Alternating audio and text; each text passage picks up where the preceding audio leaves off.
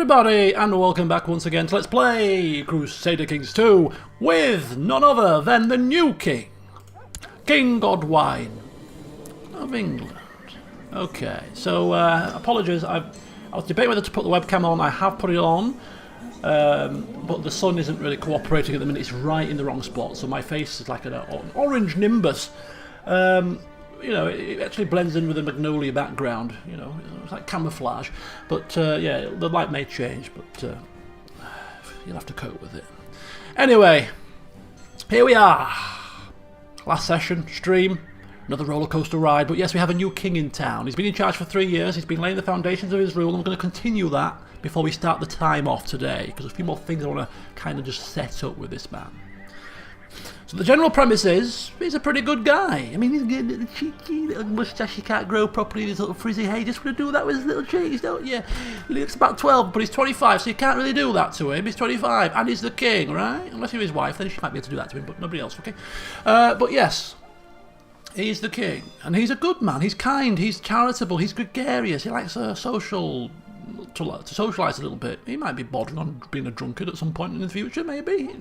It has been known in the family. But he just likes a good time. He's a joyful kind of fella. He's had his fair share of women in the past also.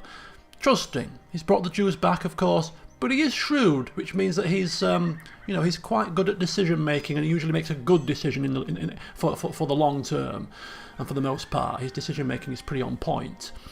And as an aside to his traits there, we're having him be a hands-off king. A king that's got other things to prioritise and other things to do. That previously was being seducing so-and-so.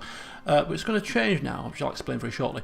Yeah, so, you know, he's employed the finest minds in the land to run his council, so that they can have the debates, they can have the arguments, they can have the conversations, and then his trusted chancellor, his right hand, the highest council position, the Duke of Man, his good friend, despite the fact they had an argument and they fell out for a little while, but then they're good friends again now. You know, he can come to him with all the information and what's going on, and he can just kind of provide his rubber seal of approval or disapproval, depending what the situation is. So he provides the sign-off after being talked to about the matters by the Duke of Man, but in terms of the actual getting involved in the nitty-gritty and the debates themselves and sitting in the bloody council listening to the whole damn charades going on, he's not down with that. So he's a hands-off kind of king. He's just the decision-maker, using his shrewd decision-making to determine whether or not his council's ultimate decision is something that he's going to approve. So that's how we're kind of portraying him. So that means then, if the council are making decisions, we're going to have to almost get into the minds of the councillors then, aren't we? To provide their thinking as to why they might want to do certain things. So if we look at the council, in a nutshell, you know, we've got a few loyalists, so they're kind of going to try and perhaps make decisions that would benefit Godwine personally. Or if they think that Godwine would vote or do a certain thing, they're going to try and placate him and try and please him and do things that would benefit him personally. You've got a couple of people that are zealots, so they're going to be really focusing on decisions that benefit Catholicism, and then you've got a pragmatist who's kind of easygoing and will usually just take the path of least resistance. So between the lot of them, we can kind of get a dynamic as to what kind of decisions they're going to be making. So they're not going to be taking on massive powerhouses, but you know, if any religious issues crop up, they might turn their hand to dealing with it. But ultimately, you know, they could all probably agree that taking care of some of the weaker, picking off a few of the weaker beings around us to start with might not be a bad place to start, hence why we're going for Wales at the moment. But yeah, it's going to be worth keeping an eye on the council members, who they are, what their personalities are, because it might influence what they debate and come up with, which they will then present to the king. So this is a council as it is. We'll just fly through very quickly, just in case you want to see the personality in more detail, but he is our right hand. He's a chancellor. He's got 4 traits in common with us. He's also shrewd, he's also kind, he's also charitable, he's also gregarious. No wonder we get on so well. But he's a good man, and therefore he's also going to be now made our designated regent. He's the man we trust the most, and he's quite good at politics and diplomacy. At 28, he's a diplomatic genius. So no better man for the job. Our marshal is zealous, hence why he's a zealot. He's a bit craven. Perhaps old age has crept up on him. But as our marshal, he shall also be our master of the hunt. Certain honorary titles will come with the council position. Master of the hunt, being synonymous with the marshal, is actually one of them. So that's him. We've got kind of a sort of just but Midas-touched steward, Michael, who is we don't like very much actually, but he's here to do a job and ensure that the economy is thriving. So that's him. He's a pragmatist. We've got the little Duke, Kerr, Munster, little dwarf crusading man, who we like very much. He's a bit greedy and lustful, but he's patient.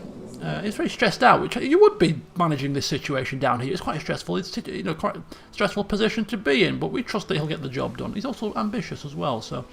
But he's a loyalist at the moment. Might well be a glory hound if he's not loyal. And we've got, of course, this man, Bishop Sigbert of Sherborne. He is zealous, hence he's a zealot, but he's proud, gluttonous, and he's got a bit of an anger management problem. He's also got a hair lip. But at the moment he's quite content. So another role synonymous with the position is the High Almoner. So he gets that role. So that's the council dynamic. So I'm going to be hopefully trying to incorporate a bit more council shenanigans into this particular rule. Something which I haven't really focused too much on in the past, the council per se, but the council manoeuvrings might be more prevalent in this king's reign because he's entrusting the decision making to them. So that'll be an interesting angle. Let's have a look then further into this situation. We've got a couple of minor titles to give out, and these are going to be given out kind of politically on council's advice. So we have Seneschal, which is quite an important position, organiser of the feasts, most prestigious honorary title to have. And another, not only is he trying to placate the people and convince the people that he is not his father, he's a complete opposite of his father. You know, he's a kind man that is considerate and cares about his people and his vassals. He's going to try and offer out an olive branch to fellow Johanssons. For far too long now have the two branches of the Johanssons been at loggerheads, sort of the Johan line and the Senrad line. They've kind of been like, you know, going at it, mainly because of my father. But now we want to ensure that we are united as a family. Let's get back singing on the same hymn sheet, and let's work together for a better England. And so the first step of reconciling with our second or third cousin Aethelbald of the Johan line, we are going to give him the Seneschal honorary title. There is more to come, which he'll like a hell of a lot more than that, which we'll get to. Cupbearer is a position where, you know, it's a prestigious position. It's something that could be utilised for a young Duke of Wessex as a young 15-year-old, not quite a man grown yet, but he's getting there, and we're going to ensure that he grows up and respects us. And so we're going to trust him at the age of 15 to and show him that we think he's a man already, and that it's just a matter of time before he's ruling Wessex justly and fairly. So he's going to be our cupbearer. And then we've got two more. We've got the Master of the Horse, which we are going to give to the Duke of Kent, as a sort of scholarly theologian and erudite man, but just, you know, putting trust in him, yes. Honorary title there, sir. And finally, the Duke of Mercia, Osmond, is going to be our Master of the Horse. Is it of the Horse? No, Keeper of the Swans. Got to keep those swans in check. And so that's him. So a bit of political honorary title wrangling, which has not happened previously, but the council deem that it's just another way to keep some of those vassals that are teetering, just to placate them a little bit. Anyway, in terms of delegation, the king's not interested in messing around with commanders. The marshal is the head of the armies. The marshal is the head of all things martial. So he's responsible for cutting out the wheat from the chaff here, and so he's going to be sacking rather unceremoniously the substandard martial commanders here, and instead replacing them with slightly more competent individuals. a wicked priest, for instance, Baron of Buckingham, and we've got this guy as well. So, because it is being left to the Marshal for the time being, the Marshal not quite having the diplomatic sway to go further afield and get the best man for the job, so he's just having to recruit for the moment from within the realm on the ranks of our court. So, that's not a bad effort, though. Not a bad effort. So that's the honorary titles, that's the council position and the stance. Let's move swiftly. Oh, no it isn't. Not quite. Hungifu, my sort of mother-in-law, kind of, she was, stepmother. She was married to my father when he died, and he made her his advisor. She still maintains her position as advisor. She's a loyal advisor, and she likes us very much. Now, as a loyal advisor, she will completely and utterly understand at our request, this is not a council decision, this is our request, to cement that olive branch being handed out to the other side of the family. It's important that we not just give honorary titles out, but we actually make a proper statement. And so she must step down from her position, which she's not going to like, but she will still like us overall. She understands, she's loyal, she understands the reasoning for this. We're going to fire her, or she's going to voluntarily step down. I think she will still be pretty positive. Hungifu. Yeah, is it 96? Recently fired. Yeah, so she's still pretty positive. She understands the situation. And instead, we're going to give the position to Aethelbald to cement that olive branch. And he will like us for it, you see. So he's back positive. And as we continue to work together, it will be a further increase. I mean, he's just, he's honest, he's gregarious, he's kind. He's a good man. He's a good man, and we want to work with him to ensure that the family work together and thrive. So that's him sorted. Right. Aha. So it's all well and good giving the council the decision-making, and us rubber stamping things. But, we want to also show that we actually do. We do put our faith in them to make that right decision, to make the correct decision. We do want to properly delegate certain degrees of powers to them as a show of trust, as a trusting individual. And so we're going to actually allow them war declaration decision making. They cannot be overridden. If they say yea or nay to wars, we will stand by their decision as the wise council. This is the king's trusting nature coming through and, placating people, doing grand gestures to put, to show his intentions. This is one of those situations. He is going to allow the council a degree more power to make those war decisions. It's not just a token gesture, it's a proper gesture giving them control. And if they can prove themselves to be competent in this, he might even delegate a few more powers to them. If he trusts them, one piece at a time. So, yeah. That will also ensure that the council members can't join factions, which is also a bit of a benefit, but there's only a couple of... there's 3 Jews on there, so we'll see what happens with that. But that is, yes, the king showing his trust in his council members. Right then, so, to finish off, technology. The king's early start, I think, would have granted him a degree more opinion across the land from his feudal, his city and his religious vassals, I'm sure. We're also going to be focusing our reign to start with on economy and just underpinning our future endeavours by ensuring that we have a sound, stable economic footing right now. So we're going to be increasing trade practices, along with some other building work in a second, and we're going to just catch up with siege equipment because we're slightly slacking. It's been noticed that the previous king wasn't one for sieging. He was very impatient, but we might want to sort of offset that deficit now. So tasking the marshal to train the troops in the art of siege. In terms of the economy, we're going to be building castle walls and castle towns where we can, which ensures that we get a little bit more tax income across the board. So Hull will get both of those, as will Oxford, I believe. Not Oxford, no, this one here. Castle walls here. Castle town can be upgraded, I think, to level 3 in some places.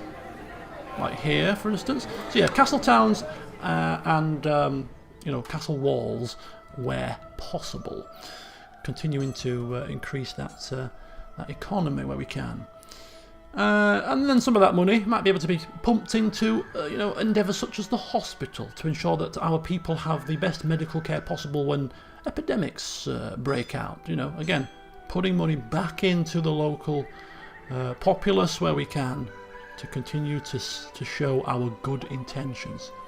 And before you know it, the rule of Cendred the Terrible will be long in the past. Long live King Godwine, they'll be shouting. Hopefully. Right, so finally then, this is my second edit of this video, because I screwed up the first one. So I might be, I'm fearful of repeating things that I think I've already said, but I said them before, if that makes sense, in the other video. I haven't mentioned this yet. King Godwine of England, as a young teenager / early 20-year-old, put it about a bit. He liked the bit of rumpy bumpy, you know, the kind of slap and tickle, didn't he? At one point we actually thought we were going to have to bear a bastard child because of the urgency of the situation, but a certain thing happened after our new wife, Signhild, after she gave birth.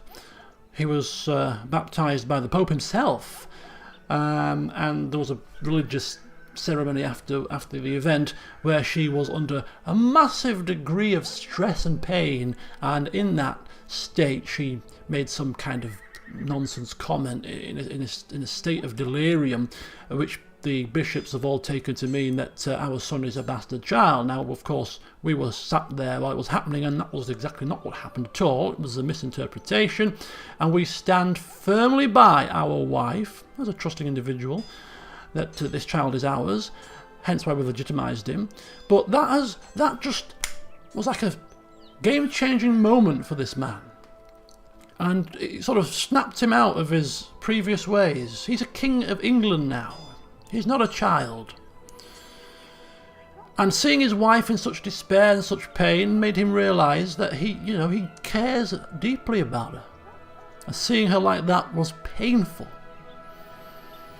And so, and his son, you know, he's got a few facial issues, but, you know, it's his firstborn.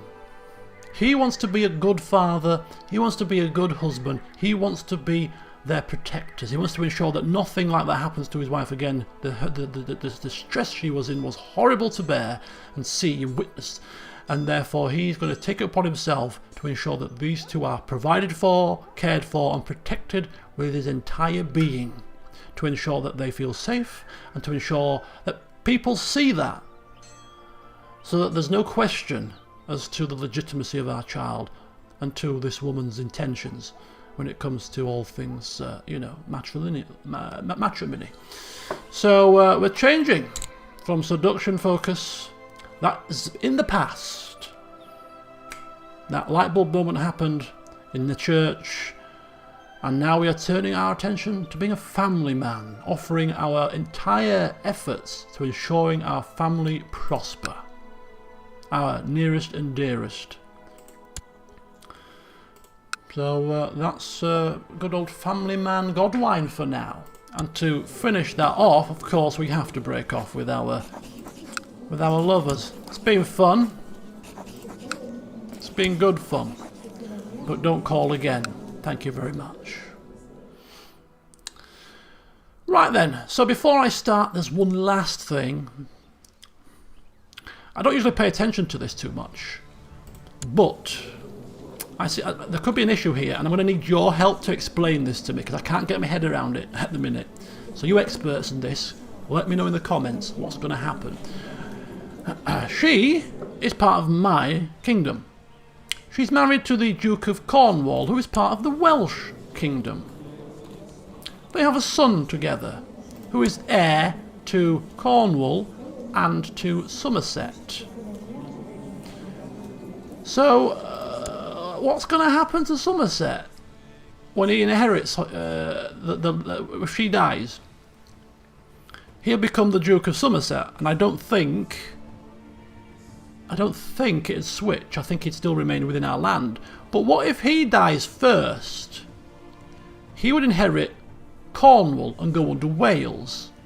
And then when his mother if his mother was to die second after that, I think he'd then take Somerset with him. That's the interpretation I'm getting, which means that we really got to hope that I think there might be both. No, this is primogeniture. Right, so yeah, I think we've got to hope that she dies first. Because if he dies first and then she dies after, I think he's going to rip these lands across to Wales. That's my thoughts. Let me know if you're a bit more up to speed with this kind of situation. Because I'm not so certain, but that's me inkling. But whatever happens, it's potentially a dangerous situation. So depending on what you tell me in the comments, depends on what we might want to do about this. Our councils will have a hell of a time debating this at the council table, won't they? So there you go, that's the introductions. That's just setting up his rule a bit better now that we've had time to look at a few things. So let's crack on then. Let's keep it on 3 speed, because I want to get through a couple of years before the session ends. We've been going for 20 minutes already, so we're going to go through the January 1020. Of course, that's going to hopefully improve people's opinion of us putting our faith in the council to make war declaration decisions. I think it has. Increased council power +5, yeah. I've been spending, and look at that straight away. Look at that straight away. Marital bliss. Spending that bit of time reconciling over the horrific incident in the church, and straight away we have fallen in love. Look at that, head over heels. A blossoming marriage. Perfect. We are like best mates, best of friends, standing by our beloved wife. Right. So here is the grand tournament. It was a grand tournament, of course, organised in the last session, and it's time to let the tournament begin. They're all to show their martial brilliance and allow the people to enjoy a new era. Let's see who wins.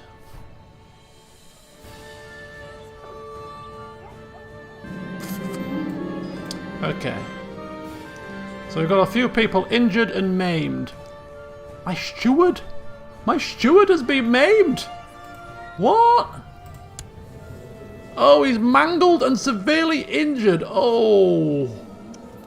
Oh no. It's taken away from his stewardship. Quite significantly, hasn't it? -2. That's the most unfortunate.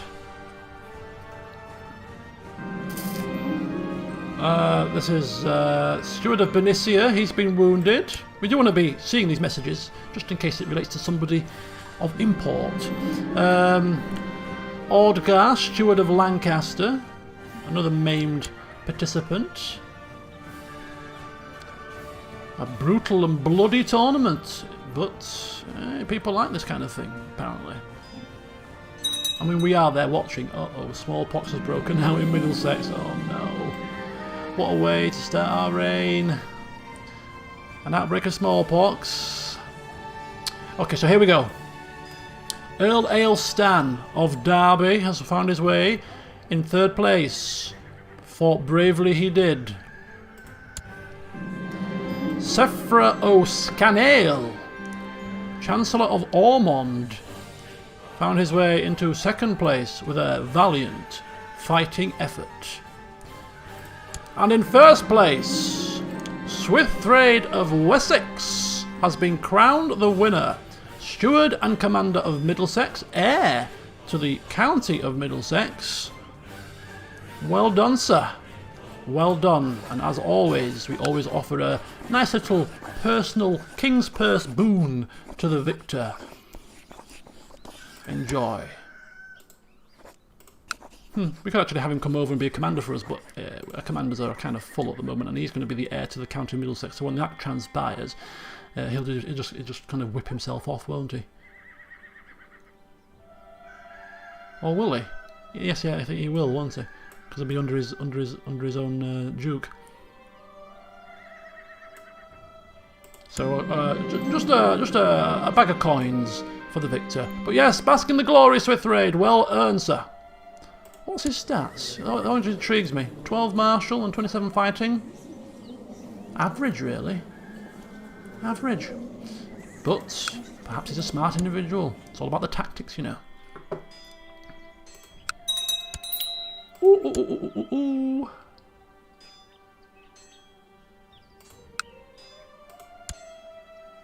It looks like he might have died from his wounds. Died a mangled mess. That's a bit harsh, isn't it? And a new Pope. Pope Urbanus III, who kind of likes us a little bit. Cool beard, my friend. Cool beard. Right, we need a new steward. We have actually a semi-decent steward here.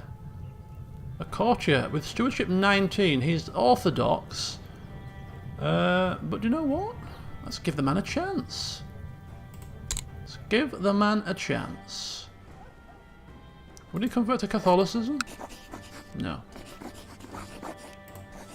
You know, a couple of zealots on the council probably not too happy having this orthodox person here. But they're going to have to learn to get along. Right, so what's his stance on the council? He's actually zealot. Zealot? I mean, ultimately we are all Christian at the end of the day, so we can work together when required. So we've got now quite a heavy zealoty type of council, so we're going to be keeping our eye out for potential religious affairs to pursue, perhaps.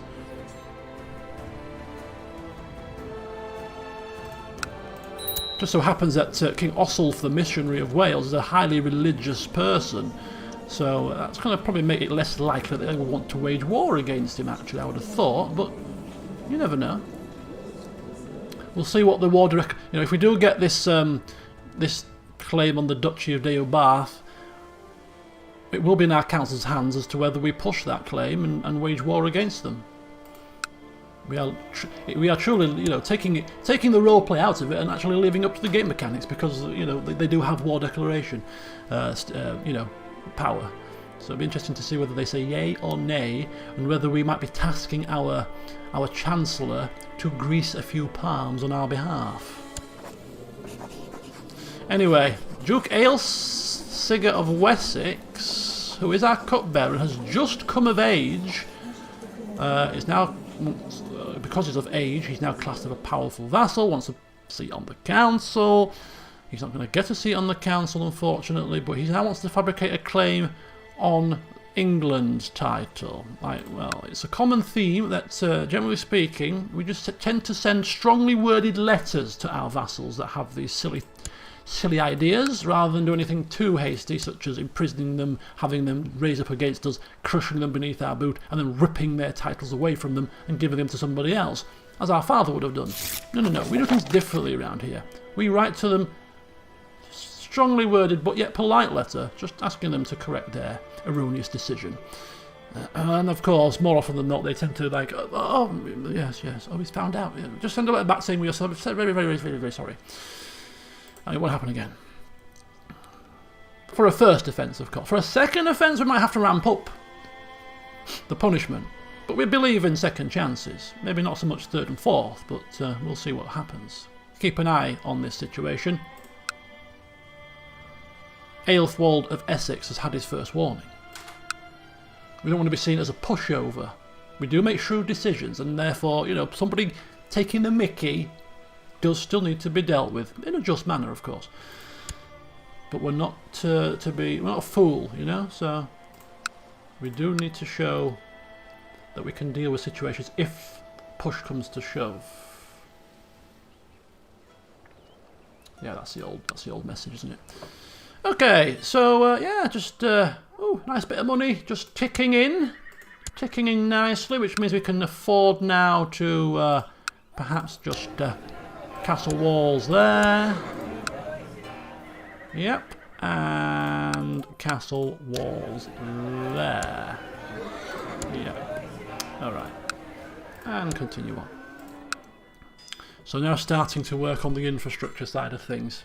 I mean, ideally we would like to really push up towards sort of 30 per month. That would be quite nice. There's a lot of work to do before we get anywhere near that, but you know, if we can get somewhere near there, that's a massive increase during our time. So, right, young Xena, who is our sister, has finished her education in the ways of war. She's excelled in her studies. Let's take a look at her. Warrior princess. Is she a warrior princess? She's not bad, is she? She's genius, uncouth, patient and deceitful. But she's pretty decent, isn't she? She's got strong claims and such. This pleases me. Right, okay. So, let's have a look at the old family tree type situation. Quite an expanded family, haven't we? So, she's the Queen of Germany. She's the Queen of Nowhere, unfortunately, at the minute. Perhaps we should go out and see if anybody would like to marry her. I mean, a lot of these guys, this is family. This is family. Aylesworth of Leeds, yeah, it's very distant family, of course, and it is the medieval times. Look at this. The original Crusader king is still alive. He's 70 now. King of Aquitaine all those years ago when it was under. Was it under Johann's reign? It was under the. It was. I'm sure. Yeah, I'm pretty sure it was under the end of Johann's reign. The original Johann that he was put on. Can it be that far back? Can it be? Or was it Senrad's reign?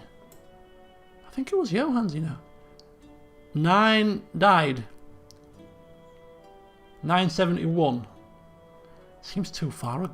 He might have been very young though. 971. 970. Yeah. This guy has held this position since Johann I's days.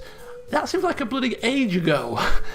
But he's still cracking on. He's still alive. He's a lunatic right now, but you know, 70 and he's still there. Fair play to the man. Fair play to him indeed. Okay, let's just see what else we can find here. We're looking for a suitor for our daughter. Really, he's dead. Italy's still in the hand of an evil Muslim man.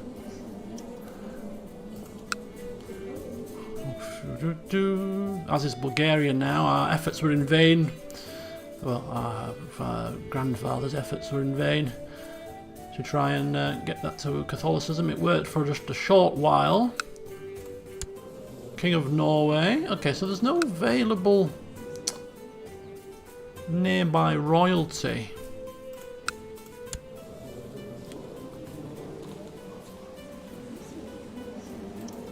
But to marry her into.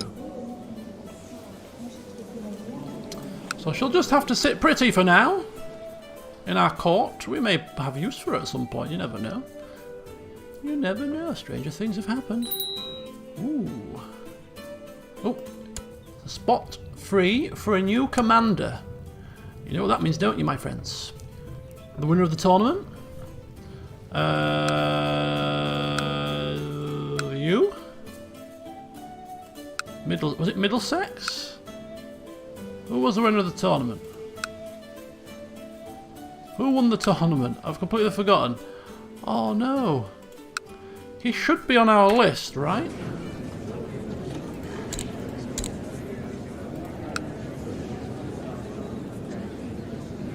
Oh, he was 12, wasn't he? He was only Marshal 12, but he was the winner of the tournament. So, as a reward, we're going to have him be one of our commanders. He's not the greatest commander, but, you know, rewards and all that. We are a kind king. He doesn't have to, you know, we've got that many commanders, he probably won't be used. It is almost like an honorary title at this point. Where is he? There he is. There you go, sir. Tournament champion. Enjoy your status as a commander of the English armies. A city holding has finished construction in Northampton. Northampton. Why are we getting told about that? If there's one Johansson that really needs to be brought back round, we've worked on him. He's going up all the time. He's come round to our way of thinking. We've got his brother, who is little Senraid. He's only 10, but he's gonna hopefully he'll grow up to like us. And then of course this guy. So those three are all brothers. Son of Johann. The second or third? Third possibly.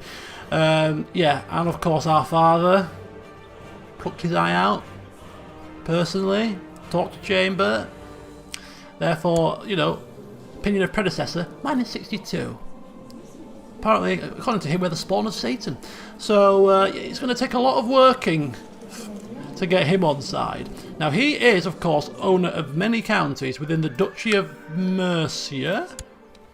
This man has to keep Johann in check. You almost feel like his days are limited, don't you? And Johann's going to take this back by force at some point, at which point we'll have to deal with that situation when it arises. But for now, all we can do is really keep an eye on it. Which is exactly what we're doing. Also, we're going to keep an eye on her because I'm not quite so sure what's happening with the situation with her son. Ripping half of our bloody lands away. Right, continue onwards. So 1 year has gone. A few more people arriving at our court.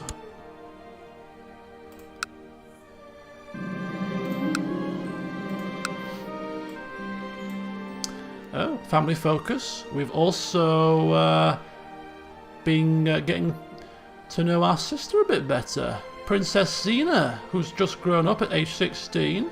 Family first. Look at that. Right old family man, little Godwine, bless him. Loving our wife. Getting to know our sister. Which means that we're not going to marry her off as a pawn. If we're family first, we're going to ensure that she has a happy marriage. So we might not even marry into royalty, in fact. We might, just find her a real honest-looking good man, a good family man, just like us, and have her marry for happiness. Not use her as a political pawn, like many of our, females in the past. Possibly.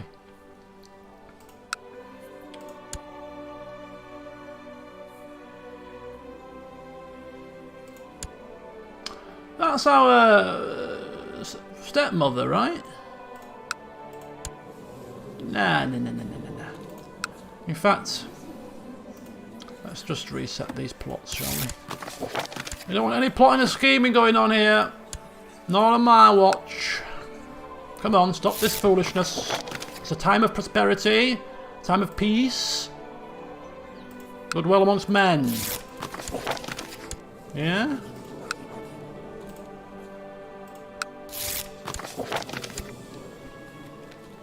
Aethelstan is no longer the heir. He was the heir at one point, which is another one of our... Oh, it's our uncle. I'm telling you now in advance that if he was to become King of Wales, given that we're trying to hold olive branches out to other members of the family, Aethelstan is a Senrad line member, it would be highly unlikely that the king would be willing to sign off any declarations of war against a fellow family member. So if we do want to ensure that we get Wales, people better hope that the people of Wales, or the vassals of Wales, don't vote for Aethelstan to take over as king, because if that happens, we might end up not getting Wales for some time, as is the nature of the beast. We might focus instead our attentions to Ireland then. Peaceful music. Seinheld is pregnant again. Excellent news. This family life is working a dream. Ooh.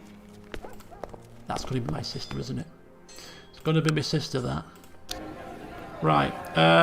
Castletown in Leeds. Yes, please. Thank you. Okay. Who cometh with wedding proposals? It is I, the King of Scotland. Who is this woman? Why is she in my court? I don't know, but she doesn't seem to be anybody of massive import. Oh, it might be one of my former lovers, you know. It is one of my former lovers. You know what? I'm glad to get rid of her. Out of sight, out of mind. Goodbye. Right. Let's just take a check on the old opinion of the vassals here. Pretty nice. Pretty good. Not bad. Okay. Yeah. Yeah. Oh, yeah, that's the young guy that's just come of age. Loves me to bits, little dwarf man. Yeah. Is there a single red at this point? No. All positive. He's winning people round. They're quickly forgetting about the tyrant that came before him. His plan is working. And it's not a plan, like a scheme plan. It is just his general nature. Winning through. And this is it. Look at that. More economy. More sort of prosperity-based things. Steward Roman Trajanic Belojevic suggests building new roads to make it easier for the peasants to reach central holdings.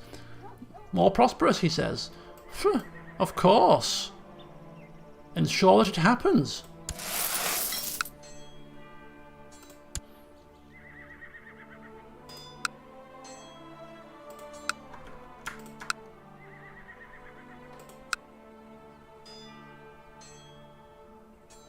Who's that? Ossulf of Dunbar. That's got to be the King of Wales, right? Yeah, the King of Wales and the King of France have broke their non-aggression pact. I need to take a look at the buildings in Leeds and figure out how to reinforce them and make them harder to conquer if the country would be sieged. The buildings do not inspire me in any way, but I have a friend who's excellent at these kind of things. Maybe a new watchtower or a defensive wall. I'll think of something.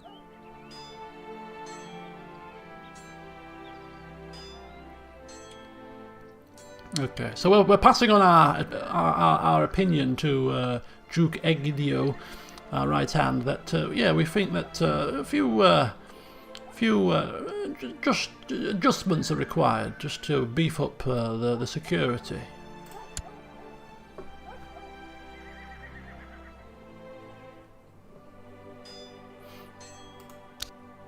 And we'll just knock it down a touch as we trickle on down towards the 1st of January 1020. And that'll do us for now. In the next session, of course, there won't be so much faffing around to do at the start. So we'll have a nice 3-speeded, maybe 3 or 4 years for a change. So but we'll end it now because I want your opinion on the situation with Somerset, because it's quite vital that we might need to address this sooner rather than later. There's nothing we can do about the buildings except tear them down and use the salvageable material from them to build new houses with better fortifications. This is how I picture it. With Duke Egdio's ideas and the material we managed to salvage, your new buildings would really outshine the old ones. Thank you indeed, look at that. Friendly innovations, cheaper cost time and building modifiers, and 1 stewardship. Is that a permanent thing? I don't think so. Is it a permanent thing? Or was that for him? Was that his stats?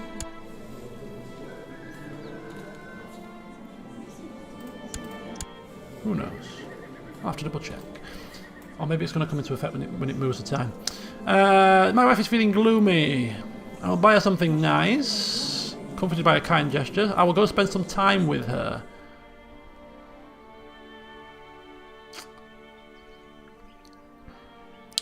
I think he's a kind, rather than spending frivolously on meaningless meaningless gifts. You know, oh, here's a gift, almost like you're buying her off. I can't be bothered with you. Have a nice necklace. I think he's a kind of guy that would rather actually spend time, visit her, spend time with her, showing her that he's, you know, appreciation and all that. Because, you know, money can't buy time, you see. So spending his precious time with her, money can't buy that. And as the King of England, many excuses could be made not to spend time. You know, I'm busy, I've got council meetings and stuff, but no. You are my #1 priority. Your safety. Your happiness.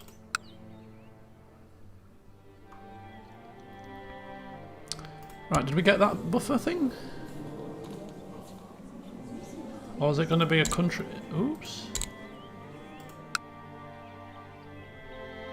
Oh, it's here. Till 1023.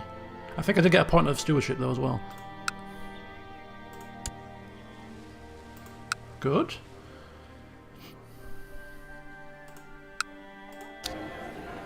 Castle Town, 257 there. Castle Town, 171 there, but we can't build that until this is finished. This is finishing in a few days' time. So we'll wait till that finishes and we'll get a Castle Town in Hull next, I think. Oxford. Ooh, Oxford has got a bit of a plague going on. Smallpox has hit one of our towns. Castle Town there, 287. Castle Town here, 287. Oh, we've ticked well over January, because I was waiting for Hull to finish its construction, but we'll have to wait until the next session for that. So there we go, 47 minutes or so. So yes, the reign of King Godwine is well underway now, and I think it's safe to say, at this point, I think he's won over a few people. With his acts of kindness, charity, his acts of forgiveness, the trust that he's placing in individuals, I think it's going down quite well with the populace and going down well with his vassals and councillors too. So all that remains to happen now is let's see how the councillors come up with plans of what to do next. For as the king is continuing to spend money on his own holdings to increase prosperity within them, you know, there's still work to be done in the country as a whole. Do we wish to turn our attentions elsewhere? We're still waiting for the claims in Wales, and I suppose till we get that, we can't really do too much else with our Chancellor, but it might be just worth keeping an eye out for other such things that might crop up that need our attention. I'll upload the game save for anybody interested in giving advice to the new king to help him on his merry way. As a noble king, that of course you would be inclined to want to help this time rather than Senrad, who you might not have been willing to help. But yeah, until the next session, which won't be too long away. See you soon.